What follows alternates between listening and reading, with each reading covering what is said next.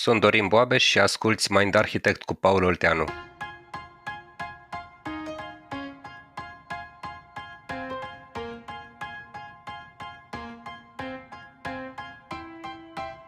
Viața noastră nu e doar despre creier, e și despre minte și relații, iar episodul de azi exact despre asta e, despre cum se integrează aceste trei concepte și cum pot ele să te ducă în jos sau în sus. Iar dacă îți place ce ai auzit, nu numai că poți intra pe mindarchitect.ro pentru alte episoade și resurse, dar ne poți susține pentru a continua producția acestui podcast pe pagina de Patreon de pe site-ul nostru. Paul, numerele au fost întotdeauna magice, dar 3 chiar e un număr special. Făt frumos să dădea de 3 ori peste cap, petrecerile durează 3 zile și 3 nopți, Sfânta Treime, dar despre al 3 voiam să vorbim astăzi, despre triunghiul vieții. Există? Ce e triunghiul vieții? Înainte să răspund direct la asta, e un neurocercetător pe care îl recomand oricui ne ascultă. Pentru mine omul ăsta, când a început să mă prindă pasiunea asta pentru neuroștiință, a fost unul din autorii care mi-au structurat universul cunoașterii în zona asta, adică foarte, foarte fain. Daniel Siegel îl cheamă, Daniel Siegel. Și omul a scris mai multe cărți faine, dar sunt 2 pe care le-aș recomanda. Una se cheamă Mindsight, M-I-N-D-S-I-G-H-T, unde vorbește despre triunghiul vieții care, iată, există, e un concept de ale lui. Și cealaltă se cheamă The Neurobiology of We. Și el, cumva fiind și psihoterapeut și neurocercetător, a venit cu o idee foarte interesantă. El, de fapt, spune că e researcher în interpersonal neurobiology, așa se cheamă domeniul ăsta de cercetare. Unde, dragilor, după... niște filmulețe pe TED. Da, cred că are și pe TED și sunt o grămadă de filme cu el, vorbește la conferințe, e un om foarte, foarte smart și mie ce mi-a plăcut e că cel puțin în percepția mea de exemple foarte concrete, adică apropie subiectele astea cumva neprietenoase de oameni care n-au mai avut contact anterior cu subiectul. Și în ambele cărți, că de asta am făcut intro ăsta mai lung despre el până să răspund, vorbește despre triunghiul ăsta pe care să sprijină viața noastră. Și triunghiul e format din 3 elemente, și anume creier, minte și relații. Brain, mind și relationships. Și cumva ce o să povestim noi azi e cum ele sunt în interdependență, cum se influențează una pe cealaltă și de ce când începem un proces de transformare personal sau organizațional, de ce nu, e important să ne uităm la toate 3. Sună foarte interesant, Paul. Despre creier cred că am vorbit. Poate ne faci o recapitulare? Rapidă, nu intru în ce am povestit noi în celelalte episoade, zic așa că Siegel cum definește creierul, și ăsta e cumva ăla mai ușor de definit dintre ele 3, el spune așa că, mă rog, am și eu o completare la asta, creierul e într-un fel hardul, dacă vreți, sau, cum îi spune Daniel Siegel, suportul fizic prin care circulă energie și informație. Hardul. Mintea, aici e interesant. În ambele cărți mi-a rămas în minte exemplul ăsta pe care l-a adus el în discuție, că a fost la mai multe conferințe cu profesioniști din diverse domenii din astea tangențiale cunoașterii de sine și interumane, gen neuroștiință, biologie, sociologie, psihologie și așa mai departe. Și partea cea mai interesantă pe care a adus-o el în discuție e că, băi, uite, ne întâlnim la conferințele astea și vorbim despre minte, sănătate mentală, dar noi nu știm ce e mintea. Adică n-avem o definiție universală pe care să cadă de acord toate profesiile astea sau toate disciplinele astea diferite despre ce e mintea. Și după ce face intro ăsta, până la urmă vine cu o definiție despre ea și spune așa că aia pe care au căzut de acord toți în conferința respectivă unde cumva au dezbătut subiectul, e că e procesul emergent, deci un proces emergent, întrupat și relațional care reglează fluxul de energie și informație în timp. Eu când am auzit definiția asta, cred că și conduceam când am auzit asta, că am ascultat într-una dintre cărți, zic, aoleu, stai un pic, rewind. O explicăm rapid. Dacă vreți varianta simplă pentru oamenii care ne ascultă, dacă creierul e hardul, mintea e softul. Dar dincolo de asta, proces emergent ce înseamnă? E că nu se modifică, nu e într-o stare fixă vreodată. Mintea noastră e ceva ce e fluid. Tot timpul, în funcție de interacțiuni cu mediul, de chimia din corpul nostru, se modifică focusul, dacă vreți. E întrupată pentru că are nevoie de un suport fizic în care să circule, de unde relația cu creierul. Deci cumva ei au căzut de acord că mintea în absența creierului n-ar putea să existe. Și e relațional, și asta e very interesting, e foarte importantă partea asta, pentru că mintea noastră se modifică tot timpul în relație cu oamenii cu care interacționăm. Nu știu, uite, poate o trăiți și voi, dar dau eu un exemplu. Eu, în funcție de prietenii cu care ies, am gânduri foarte diferite. Când mă întâlnesc cu unii, am gânduri mai serioase, de treabă, de ce lucrăm, de ce construim, investiții, nebunii. Când mă întâlnesc cu alții, îmi dau o stare de liniște și am focus mai mult pe chestii relaxante. Când mă întâlnesc cu alții, nu știu, câteodată am și stări nasoale. Trebuie să o zic și pe asta, îmi dau o stare de anxietate sau de stres sau de încărcare. Dar asta face mintea un proces care e și relațional. Voi o trăiți așa? Știi că există și o teorie că tu ești la nivelul medii IQ-ului oamenilor din jurul tău. Ce-mi place asta. Dacă lucrezi, de exemplu, într-un atelier care schimbă pneurile de vară cu pneurile de iarnă, nu e neapărat bine pentru mintea ta. De acord. Și cumva îmi place că ai adus tu asta în discuție. Uite, eu sunt la birou acum unde lucrez training și coaching și mă uit la un citat. Scott Dinsmore îl cheamă pe tipul care l-a spus și zice așa: The fastest way to do things that you don't think you can do is to surround yourself with people already doing them. Care e fix din registrul ăsta, adică în momentul face tranziția și către al treilea pilon, relațiile. Eu le-aș numi network-ul, creierul e hard-ul, mintea e soft-ul, relațiile sunt network-ul și Siegel spune că sunt felul în care schimbăm energie și informație cu cei din jur. Deci, recap.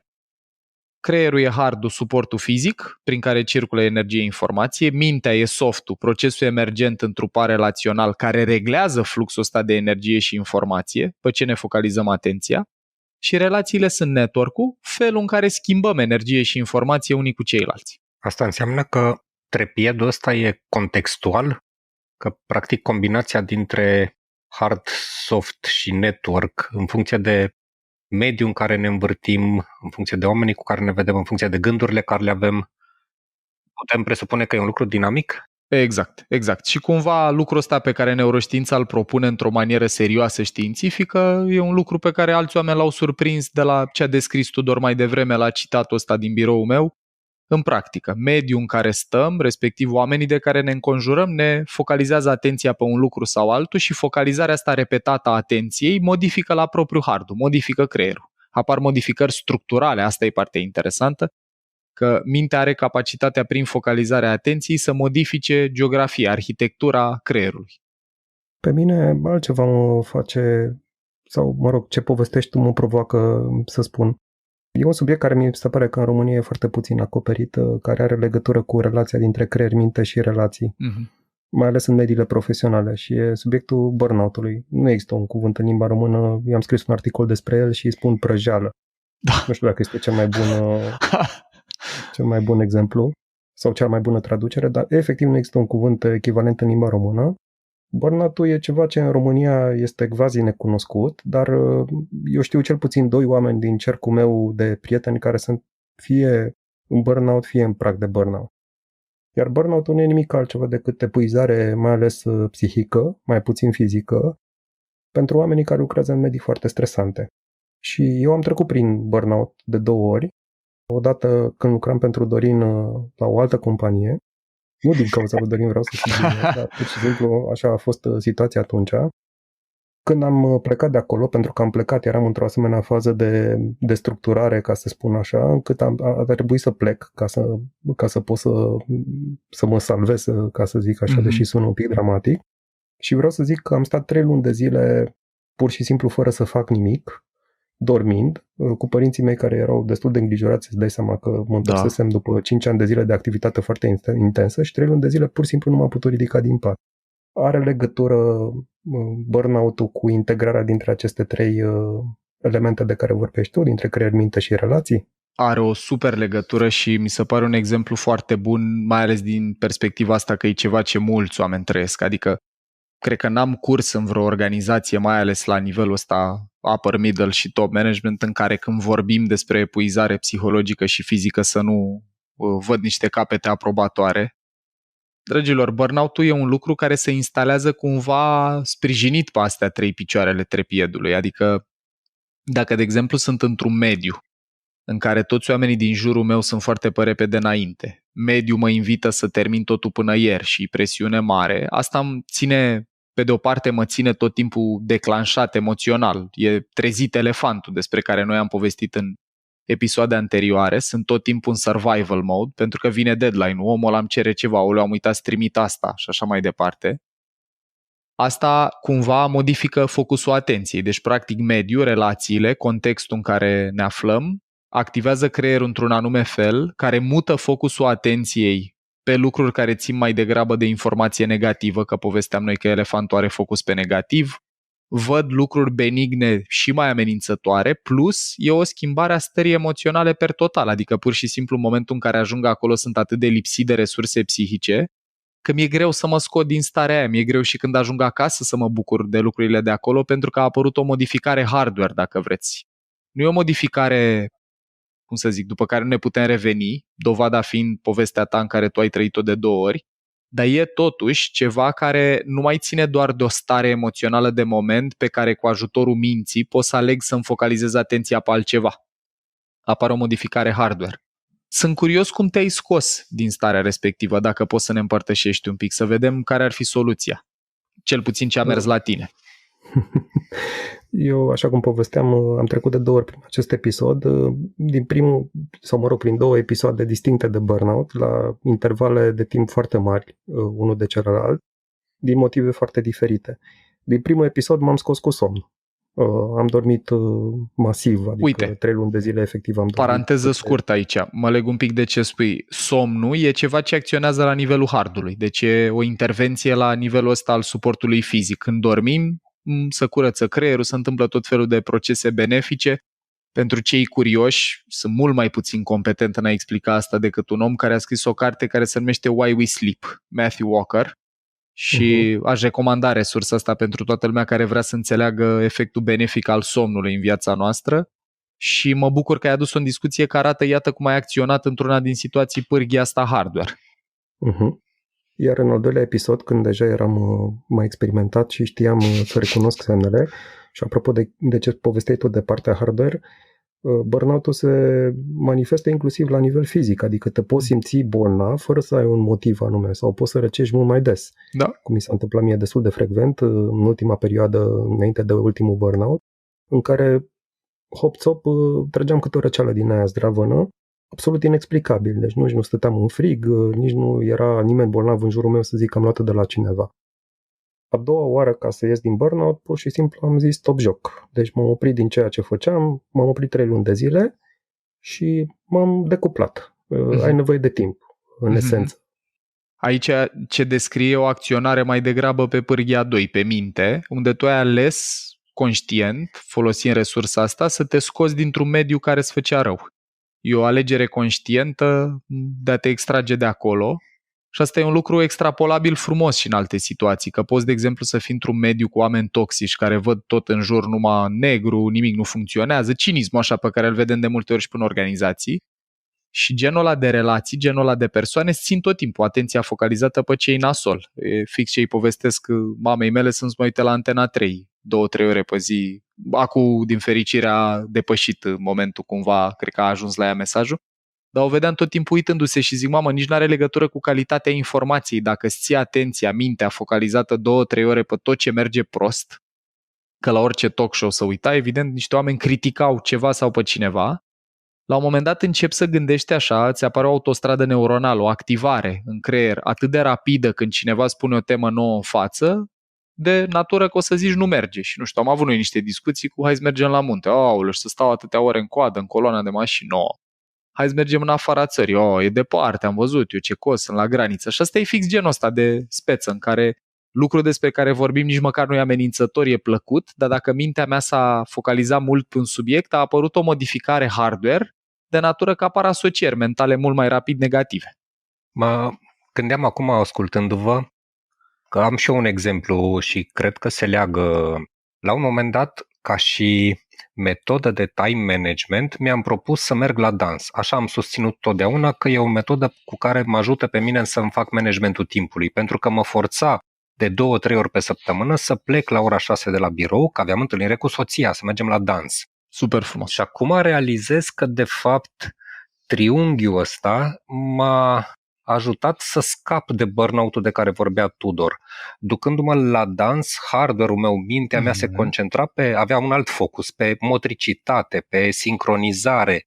Gândurile care le aveam mă scoteau din area în care efectiv reușeam să mă rup de gândurile de la business, ca să nu mai vorbesc de tipul de oameni cu care mă înconjuram.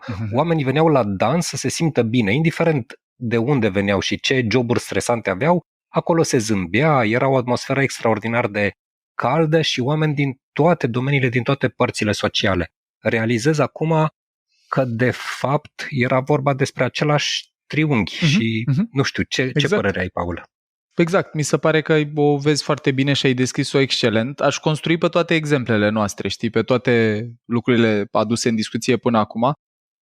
Un lucru care mi se pare potențial super valoros pentru ascultătorii noștri e să înțeleagă aspectul ăsta, că băi, dacă mă apuc să schimb ceva la mine, de exemplu vreau să slăbesc, să intru într-o formă fizică mai bună, să, nu știu, îmbunătățesc ceva la viața mea ce mi se pare că e de îmbunătățit, e important să privim efortul ăsta de transformare un pic holistic. Adică de la mediul în care stăm, casa, fizic, ce se întâmplă în jurul nostru, să punem acolo artefacte care ne țin mintea, softul, focalizată pe ceva ce ne dorim. De exemplu, nu știu, vreau să mă apuc de slăbit, pot să-mi pun în casă artefacte care să-mi aduc aminte de asta. Uite, eu, de exemplu, birou... Te rog, Tudor. Eu cunosc pe cineva care, atunci când vrea să slăbească, își pune pe oglindă în baie greutatea țintă. Excelent. Și aia ține tot timpul atenția focalizată la subiect. Un lucru care pe mine m-a ajutat mult, tot așa, în linie cu asta, la mine contează tare de tot oamenii de care mă înconjur. Subiectul ăsta al relațiilor. Că m-am prins, știi, ca la training. La training te duci 2 zile într-un mediu sau 3 zile, unde asculți niște lucruri cu oameni care sunt preocupați de aceleași lucruri și cu un trainer care îți explică lucruri.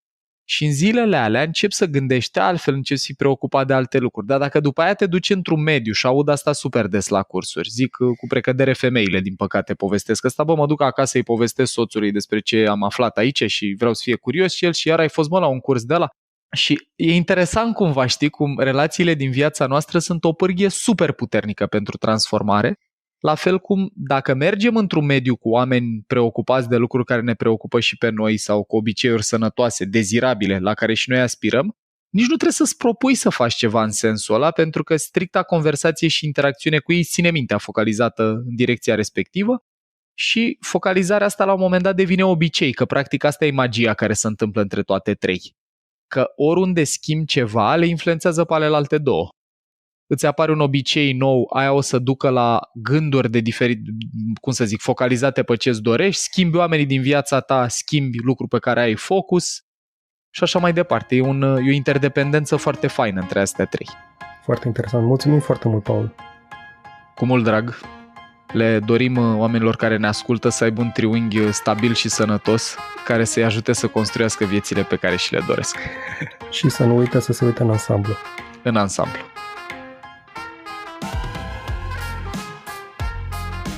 Ai ascultat un episod din Mind Architect, un podcast al lui Paul Olteanu și al invitaților lui, Anca, Tudor și Dorin. Mind Architect este o producție Rodcast și poate fi ascultat pe Spotify, iTunes sau oriunde asculți podcasturi. La Mind Architect contribuie cu vocea lui și Vlad Bogos. Abonează-te la podcast pentru episoadele viitoare, iar dacă vrei să ne susții pentru a continua producția acestui podcast, intră pe mindarchitect.ro în secțiunea Donează sau dă-ne un share în rețeaua ta.